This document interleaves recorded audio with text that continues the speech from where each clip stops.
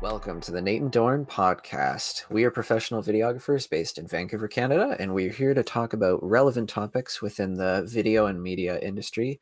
I'm Nate, and I run Nate Dixon Media. And I am Dorin, a solo entrepreneur offering video production services.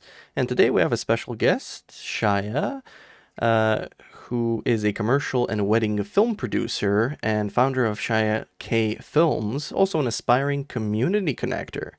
Today we're going to talk about our ups and downs as videographers, what were kind of the low points and the highlights in our career.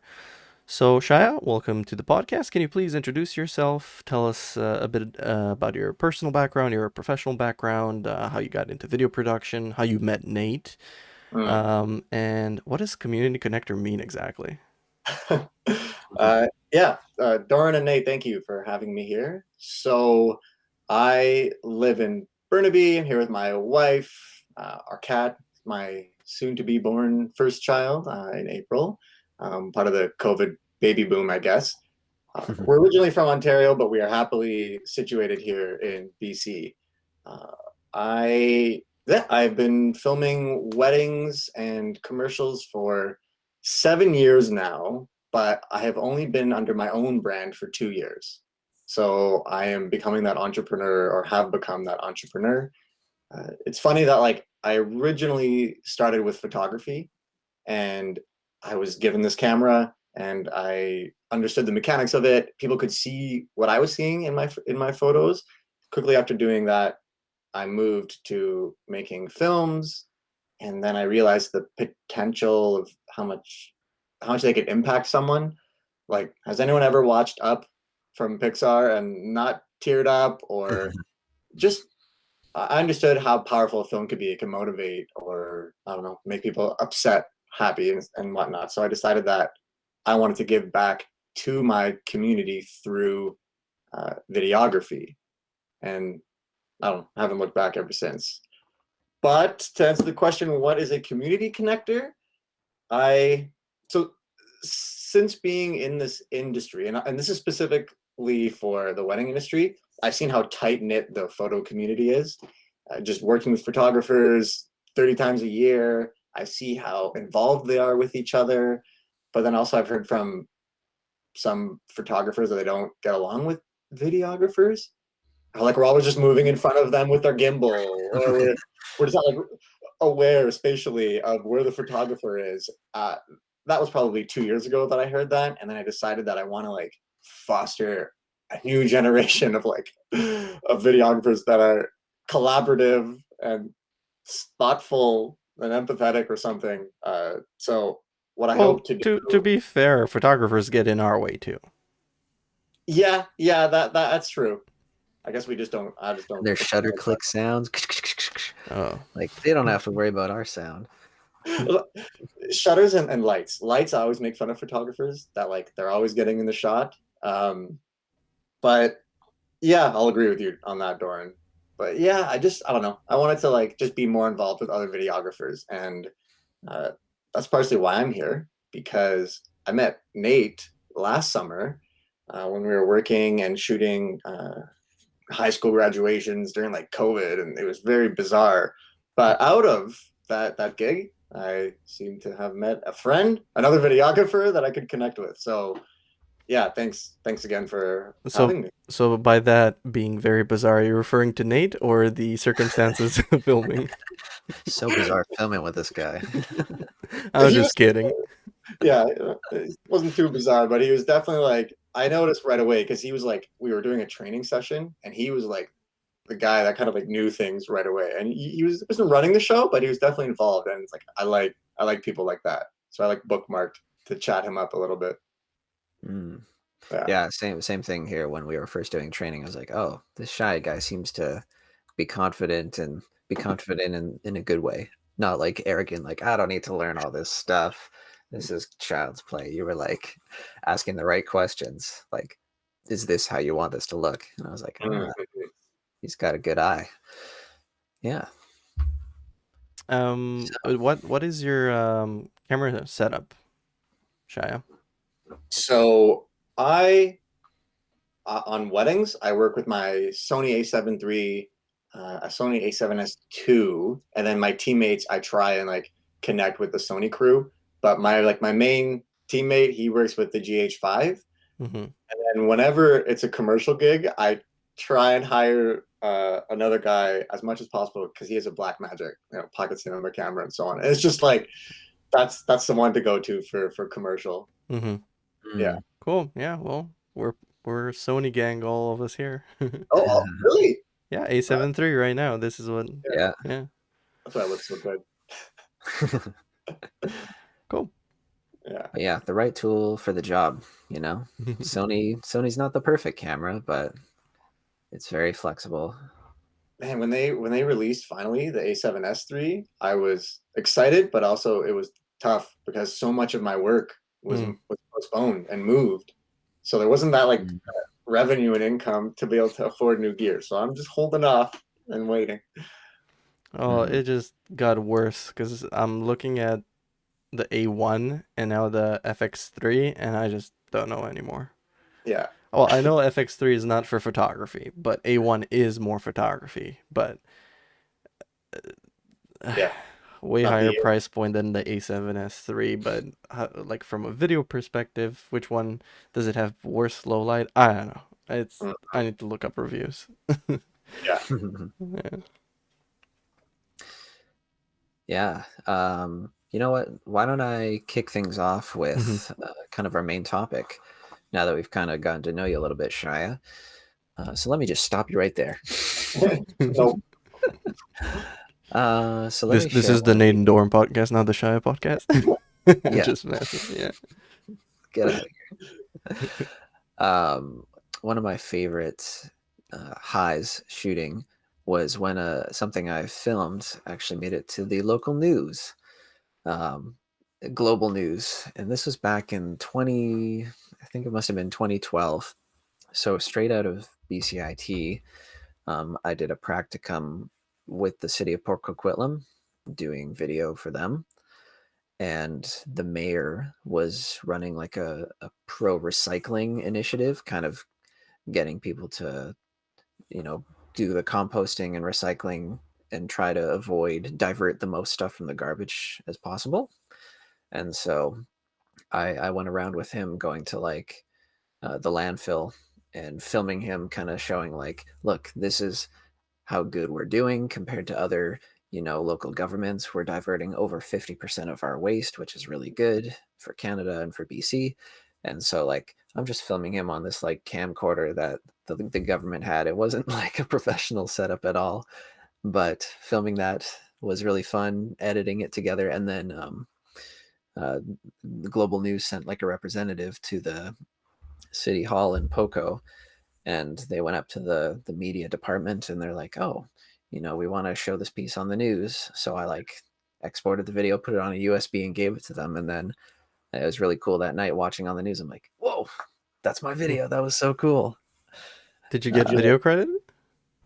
I think it just said like courtesy of city of Port Coquitlam. Like I was Oh, just an intern there. I was like I wasn't like, oh, you got to mention me by name. oh wait, did you say it was their camcorder? It was like the Port Coquitlam's camcorder. Yeah, Okay, they're then like, oh, it is their footage. Yeah. yeah. okay. So But it wasn't like as a freelancer, but did you like call up your uncles and your cousins and anyone who's local to watch it or no? I think yeah, a few friends. I was like, oh, watch the news tonight. They're supposed to be showing my clip, and it's like Yeah. the subject itself is like it's the mayor at like a dump, so it's not like visually Hey, amazing. City Hall. Okay. But the fact that I filmed it and that other people were seeing it like that, that made it a pretty cool experience for me. Oh yeah, and then you immediately put that on like a resume or something. It's like featured in global. As featured on, yeah. Yeah. Do you still have it on your portfolio? I don't think so. Oh, No. okay. It's like I said, it's not the most visually interesting. I don't know if I even still have the clip on my hard drive anywhere. Hmm. It was yeah, it was still a fun memory though. Of Mm. course. Yeah, that's your first big, I don't know, success. And for how many people to watch it, to see your work right away. Like that's Mm-hmm. pretty Hmm. validating. Yeah. And dealing with government client. Yeah, that too. Yeah. Yeah, the mayor there was awesome, super fun, chill, down to earth guy. Hmm. So yeah, yeah, I did a few more gigs with them, Port Coquitlam, so they're good to work with. Mm-hmm. Yeah. I'm based in Poco. I haven't heard anything. But I'm still waiting for them to reach out. I renew my business license. It's like right there, renewed. Uh, yeah, you got to march up there and Yeah. tell them you know Nate Dixon, and maybe then they'll give you the time of day. Mm. Okay. Come in. Come in. Oh. What about you, Doran? One of my best experiences. Uh, well, I kind of break it up in like my employee part of my professional career and my freelancer side. So the best experience I had as an employee was um I like overall it was when I got to the point of being assigned responsibility to take a project from finish to start. Um and we kind of went over that in our first episode where we introduce ourselves. Um, but probably my most favorite experience was learning to operate a 12-foot motorized crane jib thing, you know. Yeah. Um, so that was involving a lot of hand-eye coordination, and just being very delicate but very firm with this heavy piece of equipment. So it was quite a steep learning curve, but once you master it, it's just like gliding through the air, getting like really dynamic, panning, tilting, zooming in shots. So Oh, sweet. that was definitely um, something that I do not have in my freelancer career. I could just go get a crane, but no, like setting it Yeah. up and being portable. It's one thing when you're in a set studio and it doesn't need to move. So I'll that's probably my favorite part that I kind of miss as a freelancer. Mm. Are you like certified now, or is it just basic training? I just yeah, I have the experience for it. I don't know if you can get certification for something like this. Maybe for like the Hollywood ones that like are hydraulic and they like go and expand. Maybe those would require certification. But this thing was just like fixed and just swinging left to right. Mm. You had to be careful not to hit. If you had live audience, be careful not to hit them in the Oh, head. Like, ooh, I'm gonna do a top down shot. Like, watch out. yeah. Mm-hmm. I've seen those at wedding. I haven't actually physically seen them, but I've seen videos where people use them at weddings. And personally, I feel like it's kind of like it's just overkill for what you're Mm, doing at weddings. It's like these crazy movements over like a packed dance floor, and it's just kind of funny. It's so unnecessary in my opinion. But mm, whereas it has like practical effects when you're at a studio or in narratives, like because you can't get other shots like that or other movements. mm-hmm. Well, you Yeah. can achieve a very similar effect with gimbals or glide cams. Right. Yeah. But you look pretty wicked if you're using one of those. Like Oh you're yeah, you're the video studio that does it. yeah. Yeah. You're at that point you're drawing more attention than the bride. Yeah. When Doran was in the studio and he had like his headset on with the microphone going to like the live cutter back in like the booth telling him what shots he wanted to get. Doran's got, both hands on the controls, walking side to side, using his thumbs and stuff. I was like, whoa, that looks pretty intense. Yeah. You probably like dialed Master in. of Yeah. master of your domain. Oh, Well, master. I said bastard. Like you're no. jealous. Well, he got to film some behind the scenes with it, right? Yeah, yeah, I did get to use it a little bit. And Yeah, and a few messages. you used the smaller one too, like a lot. Yeah, that we got a smaller version. We didn't use it for much for dynamic movements because the pan tilt zoom control was a lot more janky. Mhm. So we kind of just set it high Mm, and then leave it there. Set it low, leave it yeah. there for a minute or two. It Okay. didn't have the same dynamic movements that you could get with Doran's crane. Our set design didn't really help the situation either. You didn't have like foreground and background elements to help with the smaller range of movement. Hmm. But yeah, definitely that was fun. What about you, Shia? What's like in you said 7 years of doing video. What is like a highlight? One of your most memorable, like favorite uh moments? It's funny that it's been 7 years, but the craziest thing, not one of the craziest places I've ever been happened last year, and it was an ice cave like elopement, I guess. It was an elopement, just two people getting married out in Whistler, but we had to take a helicopter to this like inaccessible glacier, and then you land like it looked like it was just like a rocky mountain, but then like close to it was just like a rushing river of glacier water, and then over that was this giant like ice cave. And Whoa. yeah, it was intense. And I packed very light because I couldn't really bring much in the helicopter. It was myself, two photographers, and then the couple. And the like pilot was telling us that it's a 10,000-year-old ice cave and it changes every single year because of global warming and whatnot. Um, but yeah, it was so wild. And when you like, you're pretty much like crawling over, like little rocks, sometimes even sand. Like there was like a beach there on the friggin' mountain, which is pretty cool. Um, and then when you get into the ice cave, it was like the worst place to give direction to this couple because it is so loud. Like the Reverb. water, it was Mm. rushing, and like it's probably 10 feet across of rushing water, and everything is just echoing because it's such a hard surface.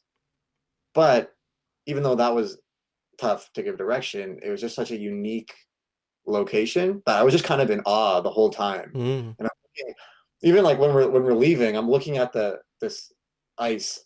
Seems so like hippy dippy, but I'm looking at this ice and I'm just thinking like, this is 10,000 years old, or I'm like looking back in time or something right now. So I was Mm. pretty fascinated. I'm into like nature and science as well, so I had that perspective.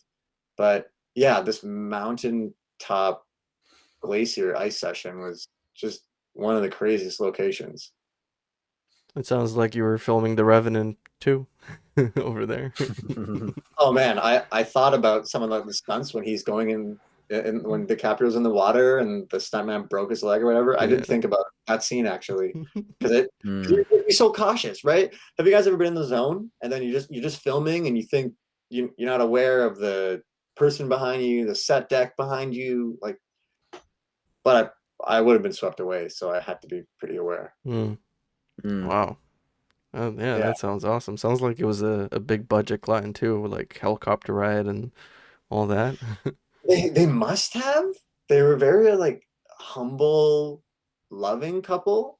So it wasn't like a big package on my end at Hmm. all because it was only a 2 or 3 hour session.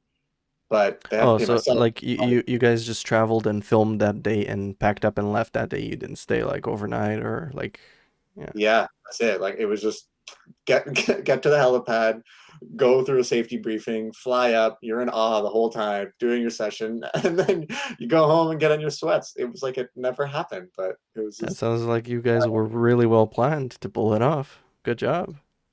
I mean, on the surface, it seems like we're well planned, but me personally, you don't know like what you're doing. You just want to get beautiful shots and so on, and then it all came together in the edit, though. Yeah. Do you have this material on your website somewhere? Uh, Because I want to see it now. yeah, I'll send it. It is on my website, but like in like the Whistler service area, so it's not directly Ah, there. Yeah, yeah, it's hidden. Yeah, awesome. yeah, Cool. yeah. Do we get to hear more from someone? I want to hear more experiences, or are we? Yeah, well, I got a whole bunch, and there's the good experiences, but also the bad. Maybe Nate can share a baddie with us. Okay. Oh man, this one was painful. So yeah, this is like it happened in slow motion. So Oh, we that's nice. were we had just gotten this is at the workplace that Dorn and I were working together, and we had our video production manager out there with us, and they had just bought a ton of new gear. So this was like a DJI Inspire 2 Mm, with like an awesome gimbal camera that could shoot raw, like 4K. It was like beautiful, the footage this thing gave. So we were testing it out, and yeah, we took it to a nearby park, and we were flying. I think we were trying to. We saw there was an eagle in a tree, and we know we're not supposed to get too close to endangered species. Um, Or so, wildlife in general, yeah. endangered wildlife species. indeed, sure, yeah. Um, and so since this is like the new hot toy that we had, the video production manager was the one in charge of flying it. So we would go there and we would help spot him and just kind of learn by watching until we were at the level where we could fly this new drone. So, Doran, were you there for this? I don't remember. Um, I think I remember. Keep on telling the story, Okay, and I sure. kind of think I know it. Yeah. Okay, so the video production manager, he sees this eagle, so he quickly fires up the drone. He might have skipped a calibration step. I'm not 100% sure, but he was just trying to get this shot. So, the SSD's in there. He starts up the controller, starts up the drone. He's like, okay, let's go, go, go. And he flies it up higher. The eagle kind of takes off, and he's like, oh, okay, well, I don't want to get too close. So he takes it up probably 30 or 40 feet in the air, and he's kind of moving it slowly, using the gimbal, getting his bearings. And then I think he got his camera a little bit mixed up, so the camera was facing like backwards, so he had the drone turned around. So to us, forward was back and back was forward. Hmm. Right. So he's getting a little bit flustered. This is like a new heavier drone than we're used to, and so he starts pushing the stick forward a little bit to try and get closer to this eagle flying away, but the drone is coming slowly kind of towards us. We're standing at the edge of a clearing where there's a big field, open field, but surrounded on all three sides of this field are trees that go like 60 to 100 feet tall. Yeah. And so the drone's slowly coming back to these trees. And I'm looking up and I'm like, oh no. And I'm like telling him, you Happened. gotta stop. So he's like, oh no. And he panics and he like pushes the stick more forward, not realizing that's bringing it closer to the trees. So then you hear this horrible buzzing sound like brrr. Yeah. The propellers shred apart. It smacks into the tree and then it just drops like a stone Hmm. from like 30 feet up straight onto the ground, right on the gimbal. And I was like, oh man, it was painful to watch. Did he get the shot? No. Yeah. But was this when we just got it? I Oh think my it was maybe not the first flight, but one of the first flights that we got No, it. no, but like, because you kind of made it sound like this was the newer drone and we had the Inspire 1, but didn't we just like this was our first drone, right? No, yeah, so we did have the Inspire one first, Mm-hmm. but we upgraded to the Inspire 2 because it could shoot 4K in RAW. The visual quality Mm-hmm. was just bumped up a whole nother level. Okay, yeah, I think I remember that, yeah. God. And because what needs to be contextualized here is this person, this manager, was like zero qualification actually, like no drone pilot training, no flight training, no anything, Which is evident now, I guess. which was evident because I think they crashed like two or three more drones, lost one in Europe, one was crashed again in at the workplace, like right in the parking lot. Man. Because of a So, GPS issue, GPS tracker issue, and yeah, it's It's kind of like there's such like a walk of shame. I've seen that happen to someone before, and then after you're just like, I can't believe I just did that. Right? It's just like this expensive piece of equipment, and you've been doing it for X amount of years, or at least shooting. So you don't expect to break something that you directly were controlling, responsible for. yeah, cringe to watch. Yeah, Yeah. yeah, just made me wince, Yeah. and that was pretty bad. yeah. Thanks for bringing up those horrible memories, Nate. But we Well, agreed to this to bring them It's up. part of life. yeah. Well, Doran, are you gonna lighten our spirits, or are you gonna share another If you want, I downside? can. Well, um, you I know want to what? hear it. Let me do a random number generator for you, Nate. All right, so I'm gonna Oh, give you another bad sure. one. Oh, okay. um, or sorry, last time I gave you a good one, the jib crane thing. I'll give you a bad one now. Yeah. Um, I'll stick with being employed. There, uh, there. I hope I never feel this, and I don't wish this upon my enemies. But being in the middle of a team, or if you have multiple bosses or a hierarchy of bosses or whatever, and everyone is uncommunicative, Mm. but everyone is expecting why isn't the edit delivered, and then it's like, well, I'm waiting on this from so and so, and they don't talk directly to so and so, even though it's their job, because they're on the same hierarchy. They're like, oh, can you go and ask it? Like, it's like, I don't know if you guys have seen Obelisk and Asterix and that skit where they like get passed along a million times. That is the worst. The worst. It's horrible when it happens once. It's a nightmare when it's a daily occurrence. Oh, That's like, oh, need to switch workplaces. you end up switching, or you just Oh yeah, that's the next thing on best experiences as an employee was the day I quit.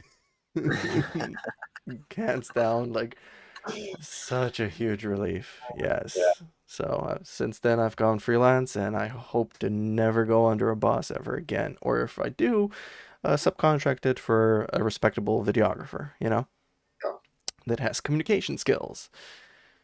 Um, but yeah, um, being sandwiched between uncommunicating bosses or team members is just for me personally, that's like beyond a pet peeve. That's just Mm. like um depression inducing, I would say, if Yeah, it's and like a constant occurrence. there's only so much you can do too. Like if you how much feedback you give, or how many subtle hints of like, oh, maybe next time tell me, and then you just kind of get aggravated if nothing changes. Yeah, projects get delayed by months, Yeah. blame games start happening, and it's like this is not a good environment. So yeah.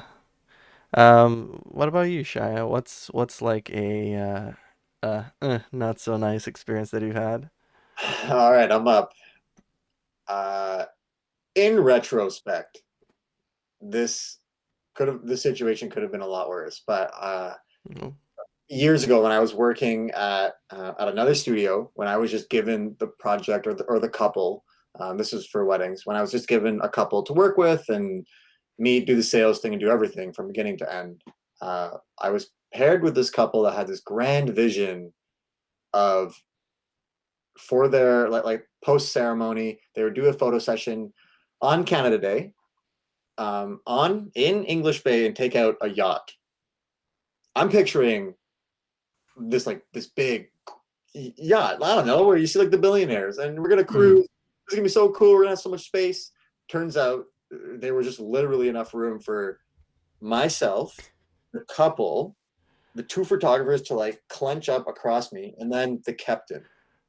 Not what I was expecting at all. And I'm thinking, how am I even? What am I going to get a shot of them just like sitting or standing, like the Titanic thing? There just wasn't much room. Um, but then the captain, I guess we'll call him, who had racing experience, started to panic a little bit because the wind was really strong, and it's Canada Day. So what's everyone doing at English Bay? But they're all in their boats getting ready for the fireworks. Fireworks, yeah. I'm new to BC at this point, so I didn't really know what that really meant. But then I look around and there are all these boats, and then I can see like the body language of the captain, who's just like older 50-year-old guy. He's starting to panic a little bit, and he's asking, "Hey, I need someone to help me." And I look over, like obviously, like the groom, he's like, "Oh no, I'm not gonna do it," and the bride, of course, not gonna do anything. the photographers were a couple, man and woman, and they're older than me. So I'm kind of like thinking, hey, my seniors, like, you're gonna jump in, and they're like, no, I don't. I'm not gonna do anything. So I just said, okay, hold my monopod and my camera. And I had spent 1 week on a sailboat when I was a teenager for some like boating camp. So maybe this is why I spent that time. So he points out and he says, hey, like, meters ahead, there's this boat that we're gonna crash into if we don't change. And I've never seen winds like this, and I've been racing for 40 years, which kind of sounds pretty intense. But so he has me in like standing and like pulling ropes and stuff to like affect I want to say the jib. I don't know if that's the term, but that's just like a crane term, right? Mhm. So we have to like get the sails and stuff, and he needs a teammate to ensure that we're not gonna smash into a boat or capsize. And I'm pulling and yanking, and then I sit down and I'm like pulling ropes, and it's windy, and I like cut my fingers, and I'm like bleeding and like sucking like the blood off my hand. And this whole time, guys, I'm in like dress clothes and like crappy H&M dress shoes that have like no grip whatsoever. So I'm worried I'm gonna fly off this boat in English Bay on Canada Day. And I look back when I'm panicking the whole time on the inside, and the couple is just like, so beautiful, like enjoying the wind. And I'm like, you bleeping bleeps, like someone else should have done this. And it was just like the craziest thing. And I remember that like the captain before we even left was like, the wind is really strong. Should we be doing this? And the couple was just insisting. And I don't know, man. I almost didn't almost die, but that was pretty intense. Oh yeah, you could have definitely like bumped into another boat, lost your gear in the water, and that would have been catastrophic.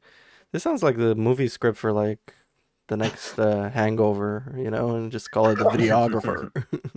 Yeah, yeah. It's funny that like my first fear was losing my equipment. I guess because I can swim, Yeah, but my gear Mm. can't. and you weren't in the middle of the ocean. You Yeah, were in like the bay where everyone was. Yeah. yeah. It's just so irresponsible. People will do like whatever they want on their wedding. I mean, I love weddings, Yeah. but you'll go the extra mile because it's a milestone.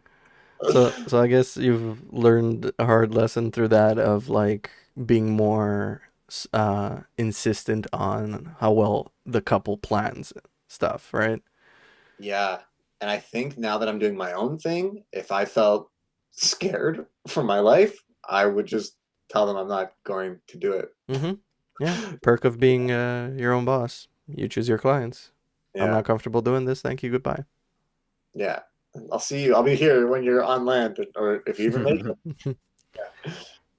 So Shy, have you done another video on a boat since then that's been more successful than Yeah.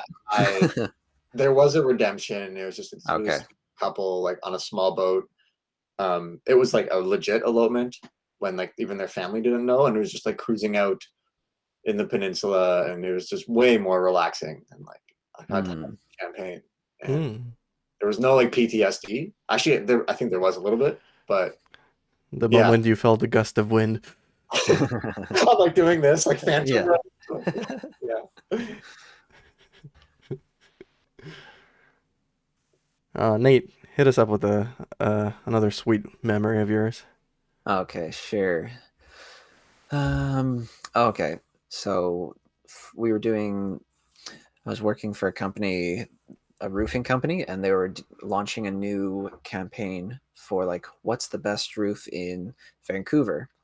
Mm. And so we actually hired an actress and went to downtown Vancouver, and we're filming her like in front of a roof that was installed by this company.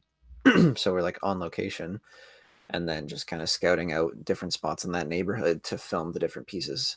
So we kind of storyboarded it before, me and the scriptwriter, and then the actress and the makeup person were all there, and it went like so smoothly, and it was so satisfying because we had planned everything really well. Everybody was good to work with, and this actress, Andrea, is her name. She was like such a pro, and that was one of the first times I've worked with a real like top tier actress who can memorize lines and deliver them perfectly every single time. Oh man. I was like, whoa, there's like no stuttering. They're not like looking at you right after they look at the camera. They're not just like, was that good? Or like, Yeah. they're not like fidgeting weirdly with their fingers or like wiggling their eyebrows too much like I do. They just like so pro and like just a joy to work with. And then, yeah, that was kind of a moment where I just felt like everything was in the flow. Like I was doing my job well, Yeah. she was doing her job well. Everything was just flowing so smoothly. I was like, I wish this is how it could be every single Mm. shoot. It is amazing. So who was in charge of getting the actress? So the scriptwriter, he also made up the call sheet and he scouted out actresses. So this isn't something I had any experience with. So he Oh, kind of okay. showed me how he's done it. Oh, okay. And Because so I was gonna ask details about that. Like, did you contact her directly or through her agent if she's higher profile? And what is like a day rate for that type of actor? I'm kind of Mm. curious. I think she was probably at least $1,000 for the few hours that we were shooting with her. Oh, a few hours. Okay. It's probably a half day with like makeup included.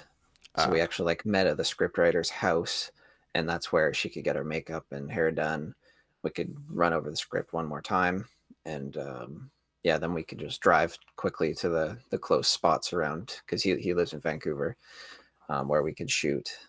And like it looked like it might rain, so we were like, I don't know, but then it didn't rain at all, and we were like, oh, that's awesome. Mm. So yeah, it's just one of those moments where everything was working out, and yeah, that was really fun. I was like, man, this is what filmmaking can be. This is what Right.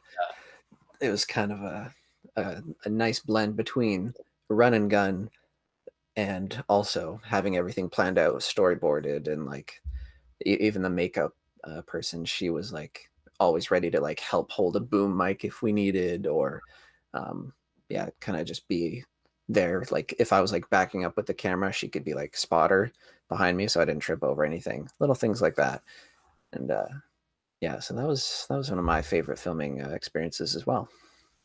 Wow. Awesome. Um. Yeah. I've as a freelancer, one cool thing that's been happening a lot this year, and yeah, I can definitely get used to this, is I'm getting a lot of clients that are actually like very respectful of my work, in terms of like they praise it a lot, but not like fluff it up, but like they like appreciate details and they notice, the all the effort that I put in to get like a specific angle or uh, you know, like teleprompter. I've used a lot of teleprompter recently, and people just love it. And it makes without teleprompter it would take you a full day to record it. With teleprompter, you're done in an hour and a half. If they're good at teleprompting, which they have been. And like getting clients that it's the first time that they do teleprompt and they nail it, like Yeah. pacing wise, they have inflection in their voice, emphasis, so they don't sound monotone reading. And they also use hand gestures. And they trusted me on my word when I told them exaggerate hand gestures. Because when you're talking with someone, you kind of keep them kind of, your elbows are stuck to your body and you're just waving your hands around your waist. I'm like, no, no, no, just put them like not in front of your face, but like your chest level, and just exaggerate. If you're saying, oh, the second best thing, like show a two, or you're like Mm. make your hand motions in the flow of what you're saying. And they trusted me. They did it, and then I showed it to them, and they're like, "Oh yeah, yeah, that was really awesome. It felt awkward, but yeah, it looks good." I'm like, "Thank you for trusting me. This is how it's Mm, supposed to work." Yeah. Exactly. Um, so yeah, I that's one of my highlights, and that's making this year be really good. Is I'm having like I had 3 clients in a row do kind of that thing, and my last one actually is not stressing out. What's the word I'm looking for? He's doing all he can to minimize the work that I have in post editing. He's like, "Oh, if you because we did a green screen and I'm supposed to put a background in for him, And I'm like, all right, here we go. And he's like, oh, I'll just ask this one change, but I don't want to give you that much work. I'm like, well, no, we were supposed to spend a few trial and error. Like, here's a 1 minute segment with this background. Do you want it blurred? Do you want it closer? Do you want to have a floor? Do you want to have it virtual? What do you want? Oh, no, no, no, I don't want to give you any more work. I'm like, buddy, it's included in the fee that you paid. So Use I, me. I want you to be happy with the work you're getting. And he's like, oh, no, no, I'm super happy and it looks great and that's all. I'm not asking for more. I'm like, okay, well, I'm like, sure, whatever, man. yeah, there's something special about like having a flow state or being in that flow state with the whole team, and it's like similar to what you were experiencing, Nate, with Andrea, and just it's so exciting as a creative to have things that work out and work out well, and you get so excited or you Mm. like, hold it in. Have you guys ever been like watching, you're watching the monitor, you're like, oh my god, like yes, he's doing it. You must have been like that, Doran. You're like the hand gestures just feel so. Oh, yeah. Yeah, yeah, because usually I focus on, oh, he's not doing this. This is not happening. I know this is a bad take, so I'm just gonna let them do it just so they can go through the script once, and then I'm like usually that's what I do with teleprompting talent that it's their first time there. I just, okay, we're gonna warm up. Let's just figure out the script speed because sometimes it takes one or two tries to find the right speed for the script. Then when that's done, it's like, okay, now try and smile as you're reading it. So it's friendly, okay? And if they can get a handle of that, then it's like, okay, can we add hand gestures? Um, but yeah, not having to worry about any of those, just seeing like, oh, that was supernatural. Are you sure you've never been in front of a camera before? No, I haven't. You should consider doing YouTube. You're so natural. I'll work with you again. Yeah. So yeah, definitely it was very nice to have a warm, fuzzy feeling inside and not worry about like, oh, I have to guide them to fix 5 things without pressuring them and making them too self-aware. Otherwise, they stiffen up. Mm. Right. Yeah. All right. So I get the flow of this now. So I'll share something exciting. Yes. Super exciting. Super exciting. Okay. Yeah. Is it cool if I like share more like something that happened to me as an entrepreneur, not necessarily like a shoot? Yeah. Okay. Sure. Anything So from your professional life. okay. So when I quit my full-time job of 4 years and decided to start my own business, I had to write the plan, I had to get funding, the business loan and whatnot.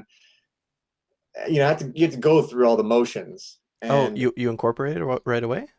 I didn't incorporate right away, but I registered the business. But I had to, in order to get a loan from Futurepreneur, is who helped me out. I had to write the business plan, which I'd never done before. But one of the things was a projection of how much I'm going to make in the first year.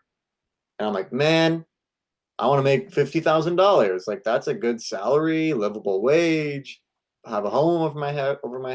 I want to do that. But as my first year progressed, like I surpassed $50,000, and that was within like 6 or 7 months. Wow. And I was really like surprised. I did put a lot of like work into telling all my connections that I'd made in the past that I'm doing my own thing, so they kind of like knew to hook me up and with jobs and stuff. So I guess that was a good move. But by the end of my first year, I hit $100,000 in revenue. Not just in revenue, because I always have to pay someone, all my shooters and Mm. editors and stuff. That's by no means my first year of salary. Hmm. Uh, but and it's not like I think of all the ads in Instagram. It's like, sign up for my course, and I'll teach you how to make $100,000. I usually laugh at those. So I just want to clarify that it's not the number that was really meaningful. It was just the fact that I surpassed my initial goal. It meant that I needed to like believe in myself more, maybe set bigger goals, and just from going to something that was secure to absolutely not, and I am in control of absolutely everything, and I could cause my own failure. But to see that, it was like, holy crap. And I remember feeling like overcome with like emotion that I reached this number But then interestingly enough, like I was like over it. It was like just a number, and I wanted to like move on to like the next thing. Mhm. So having like achieved that, I don't know, it kind of like made me stand a little bit taller, which I definitely needed because there's so many times I'm like, I don't know what the hell I'm gonna do. How am I gonna be here in 5 years? No idea. Um, so that was a really validating moment for sure. Awesome. Yeah, That's awesome. yeah. Yeah, that's inspiring. Cause like I've um like we didn't get to chit chat about my background, but basically like I've been doing video for like 11 years, and this is my like going into my fourth year of freelance. Hmm. And yeah, it's still, you know, especially with COVID, a bumpy road, right? So like hearing experiences from other videographers and how their first few years were, you know, and finally getting over the bumps is always inspiring. So thank you. That is very encouraging. Thank you for sharing. Yeah, like it's taboo to talk about money, but since I'm in company of other videographers and Uh, businessmen and stuff, it's like I don't know. I felt comfortable enough to talk about it, and it's not necessarily that I made these figures and I'm living in a mansion. Like I have a small condo, and I'm just trying to like pay the mortgage and pay people what they deserve and serve my clients. So yeah, a lot of money goes out the door very quickly. mm. But And now with your kid on the way, I'm sure you've got the money set aside for the stroller and car Yeah, seat and all that stuff, eh? Diapers. yeah. Now it's like I need to make even more so that I can put the kid, not like McDonald's if I have to. awesome. Nate, do you have anything else to share? Let's see. Well, do your random number generator, and Okay. that'll tell us if you want me to share another favorite moment or another bad experience. All right. I got a even number because it's Oh, like okay, good or bad, like one or two. So I got an even number, so two. okay. That to me feels more like good. I feel like odd is like, oh, unless it's like, Yeah, yeah. if 666 is an even number, but that sounds kind of like a bad experience. Yeah. So, Well, 777 is an odd number, but it's pretty even in my books. too good. Okay. Yeah, one more thing. So I love animals. If I could like shoot video for wildlife, like for Planet Earth, that'd be definitely one of my dream jobs. So I got a little taste of that when we were filming a docu series at the nonprofit that Dorin and I worked at. We had a live animal on set, and it was like a snake that was it was someone's pet snake, and so it was like used to humans and stuff. And how long would you say? What do you say it was, Doran? Maybe like 5 feet, something like that. Yeah, it was big enough that it was intimidating for me. Yeah. Talking about what's the girth? Is it like It's like probably I don't know, maybe like that big oh dang, at okay. its That and that's yeah, that's towards yeah, when we filmed it because we were waiting for it to get a bit bigger to be more you know, look better on camera because we put it on this like bonsai tree, so it like completely like engulfed that thing. yeah, Yeah. yeah, wrapped up around all it. So the owner of that snake was like, "Oh, it's totally used to humans. Like, do you want to handle it?" And I was like, "Oh, sure. That sounds cool." Like, I've like touched snake scales at like a zoo, and I'm like, "Oh, that feels kind of cold and weird." Um, but oddly powerful. So um, I like held the snake and then it coiled around my arm and you can just like feel all the muscles as it like moves around.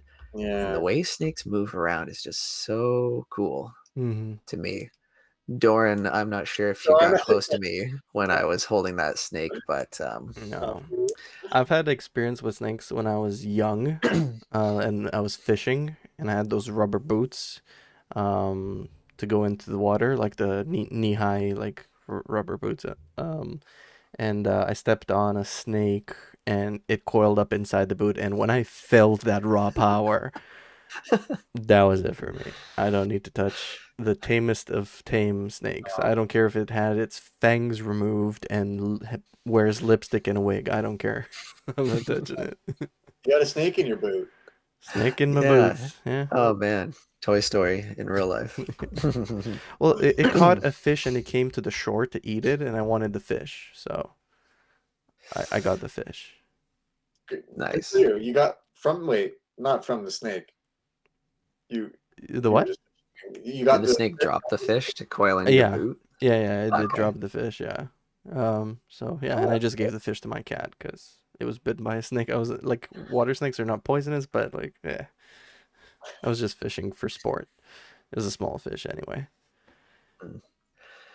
So I didn't have any traumatic experience like that, you luckily. enjoyed it really. Um, so that was really cool. And so if there's any shoots that you guys have, Doran, if you have to pass up a shoot at the Oh zoo yeah, or something yeah, with animals, yeah. just give it to me Well, because you know what, I'd Nate? enjoy that. That sounds actually like your next marketing move. Why don't you purposely like, hey, I love to touch snakes. Let me touch your snakes and film myself doing it. I'm just making it sound weird, but like yeah, that could be a niche for you, you know? Nate, maybe we should talk because I just got a call today from Mm. uh she does like I don't know, she's like the partner of this like DJ, this Bollywood DJ who's well known in the industry, 110,000 followers on Instagram or whatever, and they're doing this jungle themed session at the Reptile Rescue Society out in Cloverdale, and they're gonna have like an iguana and snakes. Uh, Whoa. but maybe we should talk because this is next like Thursday that You this is you happening. have to you have to talk, otherwise he's not gonna sleep tonight. He's so excited. Look at him. I don't know. All I know is that like they want like to do like the Britney Spears thing with like the big snake, and all I have to do is like shoot clips, and then like color correct them and send them to this DJ. They're Oh, and not even a full edit. no man, that's all I have to do. It's like a Whew. style shoot that like wedding people do. It's just like we invest our time. We don't get many money, but we get like exposure and like we make connections. Mm. I wonder how I can bring Cool you in. portfolio piece. It'd be a pretty dope portfolio piece. That would be pretty dope. All Uh, right, let's talk after this podcast. okay. All right, Yes. let's wrap it up so he can talk. So Nate, while we're still on you, all right, that was the last good one, last bad one, and then we'll move on to me. All right, last bad one. Okay. So there was this time where I was checking a DVD export I had done to just like a habit that I would have as part of my workflow. So after I burned the DVD, back when people watch DVDs, shows how old I am. Oh, yeah, back in the um, early 2000s. Yeah. oh man, yeah. So I'd pop the DVD in, and there was like a satellite TV box right on top of the DVD player. So I put the DVD in, hit the button, and yeah. So then I clicked like the play button on the DVD player, it pop up, and I'm watching this, and my one of my bosses come bursting down the stairs. This is the fastest I've ever seen her move. She's not a fast moving person, Okay. but hearing the stairs go like thump thump thump thump thump, I just like whip my head around, and I'm like watching this DVD of like a sermon or a message, and she just is like screaming. She's like, "Turn the TV off!" I'm like, "What is going on?" She's like, switch the TV input. So I like switch the TV input from the DVD to like the satellite feed, and these satellite boxes fed the satellite channels to TVs all over the office. So she has a TV in her room. There's like a TV out in the lobby, and then the TV in our like video editing space. And it's like a Rihanna concert. And Uh, that's never a station we'd have it on. It was like Much Music or something like that. It's like this Rihanna concert. And she thought that this Rihanna concert was being broadcast as like the nonprofit's channel. And so she's like freaking out thinking that I had put a Rihanna video to like to like all over the world, and people are watching it expecting like this Christian sermon, and all of a sudden they're getting this scantily clad woman at a concert. Yeah, barely So she clothed. yeah, and I'm like, I don't know what's going on, and she's like, turn it off. I guess Uh, she's And never seen modern concerts or anything. she's not the kind who would watch much music or MTV or anything like that. No. So she's screaming like, "It's a porno!" And I'm like, "What is going on?" And I felt like she was gonna fire me right there on the spot. she was And I'm very aggravated. I remember because oh my goodness. you were on the opposite side of the video editing room, and I was like tucked around the Mhm. corner, and I was just listening. Like, what did they do? Nate put on a porn. Oh no. Oh man. Yeah. So Well, she just got to I look at like almost naked woman dancing, and she Right. just assumed the worst. Yeah. yeah, so she like and so I'm trying to figure out who changed this channel. Like the satellite boxes are in this video editing thing. I I didn't change the channel. What's going on? And a couple hours later, I realized that when I put the DVD in the tray, my knuckle must have like pushed the change channel button because the satellite box is right over top. Mm, So it's sure enough, I went down one channel and it was back to like a normal station. So I mm. must have just pushed the channel up button when I was putting the DVD in. And so that changed the feed in her office, and she just like didn't realize that it wasn't our channel anymore. Oh man. There, Uh, instead of like doing this motion, you're more like, just direct finger point. None of Uh, this knuckle movement, I guess. Yeah, so after that, I like moved the satellite boxes to a complete a different spot so I Oh, wouldn't accidentally push the button again. oh, but I That was remember you were. oh, I've I was never seen rattled. you. Yeah, you look like you feared for your life, not just your job, because you thought like, "Oh, I ruined this entire workplace. Its reputation is destroyed because of me." Yeah. So that was very fear-inducing, and that was not a fun day. yeah. Lots of good movie scripts from all these stories, you know. Like what? Not in his good idea. Tell me more and more. Okay. I guess I'll wrap up with one last good and bad one for me. I mean, bad like uh, everywhere you look, it's gonna be both good and bad. No place is perfect, even if you're a solo entrepreneur. So like, I've had clients that have made nightmare days for me, just like they did for you, Shia, with that boat. Mhm. So I've had clients that don't communicate properly and take 4 months to reply to stuff and are not descriptive enough in what they want, and it just got. I had one ridiculous project where they came up with a script. I rolled with it. They didn't like it. They changed the script, which was contract breaking technically, because it's a different idea, different video, different reshoot, a different cost. But I just wanted to get it wrapped up, Yeah. and they didn't like that either, and they just stopped communicating altogether. And I'm like, okay, I'm gonna freeze the project until you like respond and also pay me for like all the work that I've done so far. Mm.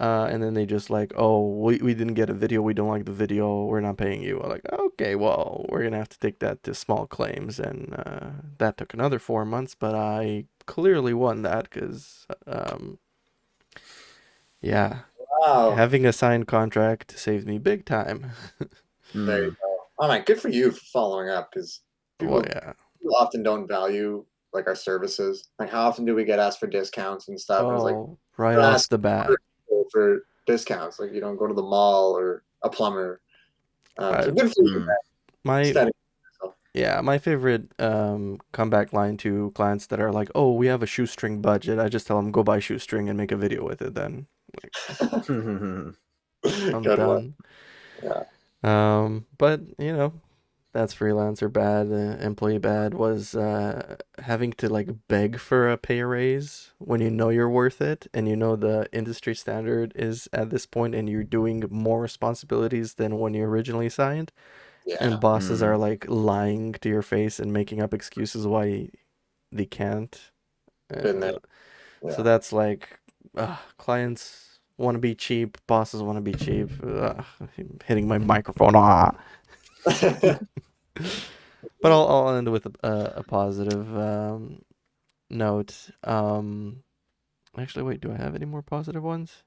Oh yeah, one cool thing that I did. I was in a warehouse last year, and we had to film like show off the entire warehouse, but they didn't want a stationary shot. They wanted like me to run around and show the whole place. Like I guess you could use a FPV drone to do that nowadays.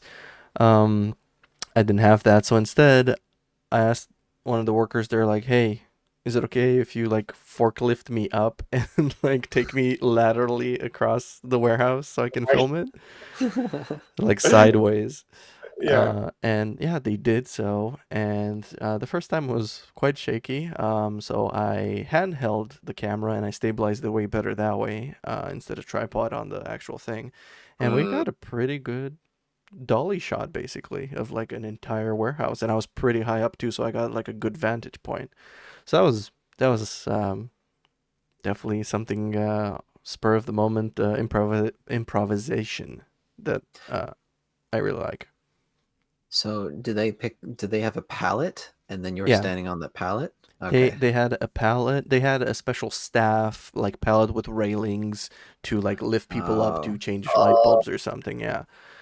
okay. Um. That sounds a little less sketchy than my Oh what yeah. I was yeah. picturing. Yeah. Engage the core and just like hold on. Pretty shaky the first time. Like, Yeah. whoa. So yeah, that's been a couple of my experiences.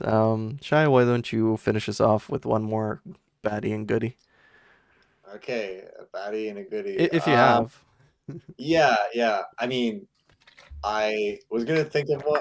I had one, but what you just said, Dorin, about like, asking for a raise. So shortly before I left this position, after 4 years, I was the director of videography, and I had done research into how much people in my position were making. There was some website that like collects data of like North America and like around the world, and I even specifically down to our province. So I had Mm, a number, Sounds and like government census data. it must have been, Yeah. and I had that, and I asked for a raise. You know, it was very calculated. I had like reports and stuff. I was very thorough, and the two owners, they needed time, and they took a long time to get back to me, to the point that eventually mm, I ended up just leaving. I gave them a month notice, ended up training this new guy. And there's a little bit of irony or like karma because this person was just coming in for a different role, like just as an editor.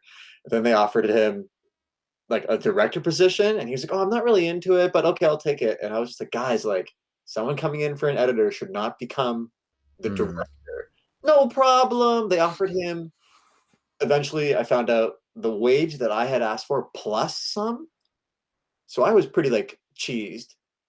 But then within a month, he left for a better job as an editor because that's what he wanted. uh-huh. Mm. So in the end, I was like, yeah, I was just like laughing under my breath. But yeah, it's just again like not being valued.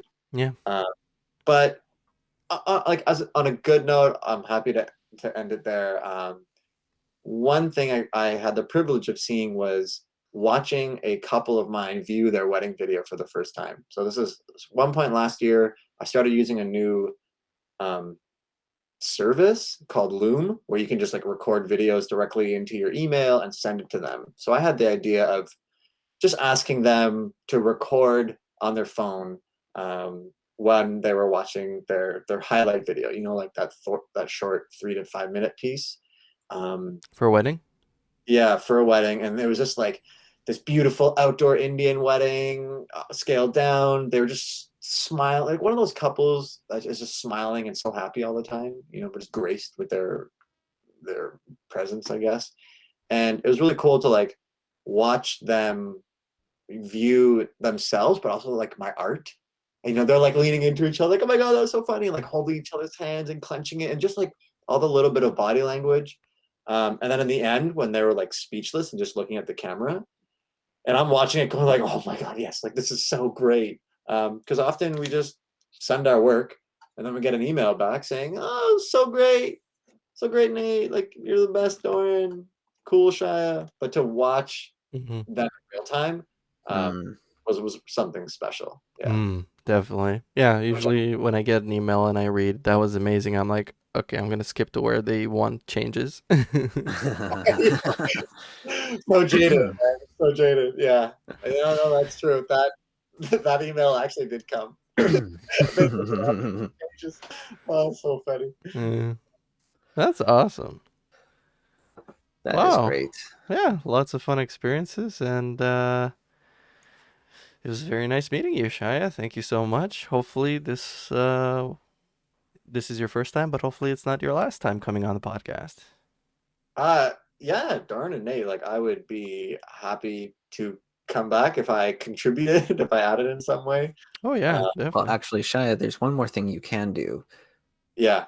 Usually we do a Romanian word of the week, Oh yeah. but today I know that you've been learning Mandarin, correct? 对, correct. Wait, is Mandarin Okay. the one with 5,000 characters? I think. Oh But my, you're all a about brave soul. 一遍汉字 100 characters, maybe. Okay. Yeah. So So, a so word I of was wondering if you could give us a Chinese word of the week instead of Romanian from Doran. Yeah, okay. something video related. Okay. This is close to more like entrepreneurial related because Mm-hmm. video I haven't gotten to that yet. They're Right. quite complicated. Yeah. Uh, I know the word for TV, but I'm gonna stick with this one. So the word Video. Video. so for Mandarin, the word for business person or businessman is 商人. 商人 means like business, and then ren is person. Um, yeah, like 我们是商人, we are business people. Yeah, So Shung, I got that, but then is that like REN sound? Like Ren? ren, yeah. But guys, the tones are very specific. Like if He you dips said, down, oh, yeah. yeah, if you said like 商人, I don't know what that means, but it could mean like horse haircut. Like I've said some offensive things to my teacher because I Without switched. knowing it. So Shang Ren, like you have to like tilt your head up. So that means Shung Ren? yeah, yeah. Shangren? Ren, you kind of sound like Scooby Doo. Exactly. Shangren? Yeah. Yeah. So that means business person. Yeah. But I want to hear a Romanian word. I don't hear much Romanian. Scooby Doo, Shangren. Romanian. How do you say business person in Romanian? That's like multiple words. Like usually what we do on here is I say one word and Nate tries to guess it. Oh, cool. Yeah. So let's just do that. Like I'll tell you a video related word and you have 3 guesses to see if you can try and guess. Nate's had more experience being around me and Romanian, so it's easier for him to guess maybe. Right. But if I say Blitz, what does that make you think of? Nate. Blitz. No, I want to see Nate. I want to. I already know this one. I can We've say. already done it with him, yeah. Bleach means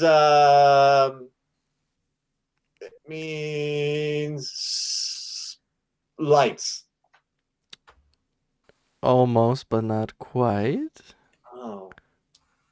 Very close. You're very close. Close to light? So let me give you a huge hint. Not just video, but also photo related. Also photo related. I'm Yeah. really bad with this, guys. I'm not good at like photo related for lights. Flash? There you go. Yeah, flash? Yeah, means flash. Blitz. Blitz. Interesting. Yeah. Can you use it in a sentence? Think of the German Blitzkrieg, like flashing, quick, rapid advancement of troops. It's like a borrowed word from there. So Blitz. Like use it in a sentence. It's a Romanian word. Do you want me to use it in an English sentence or in a Romanian sentence? Romanian. Yeah. Deschide blitzul, which means open the flash. Deschide blitzul. Cool. And the funny little story about that is when Doran and I working in the studio, I would say, "Oh, Doran, can you turn off the lights, like when we're leaving the studio. Uh, Dorin, as like kind of a part of his Romanian brain translating to English, he would always say, "Oh, can you close the lights?" Yeah, I still suffer with that, and my I, wife, that has been in Canada for only 4 years, is correcting me that I've been here for 16 years. yeah, yeah, I have heard that. Close the lights, open the light. Okay. Because I'm directly translating from Romanian. But apparently, I'm doing it in Romanian too now, Nate. Like when Oh I'm yeah. explaining to my 2-year-old, like, close the light, like, switch off the light. Like, she Oh, knows what I'm saying. That's all that matters. Yeah. Yeah. Well, thank you very much for sharing that Mandarin word of the week with us. Mm. Um, yeah, so that's a wrap for today's podcast. Thank you very much for watching and listening. This was a blast. Oh man, it's already been over an hour, but it was really fun. Please leave a comment or a message about what topics you would like us to discuss in the future. Let us know what you think of the guest format. We're having a lot of fun, and I definitely want to bring more guests in the future. Like, not more at the same time. I think one and us two is a good format, but like enough of Nate and Doran. Let's like make it Nate, Doran, and fam or something. So yeah, thank you again very much, Aya, for coming on today. thanks, guys. Yeah, and be sure to subscribe to not miss an episode of the Nate and Doran podcast. You can find us on YouTube, Spotify, Apple Podcasts, or whatever you use to listen to podcasts. This has been Nate and Doran with Shyah. Thank you for watching and listening.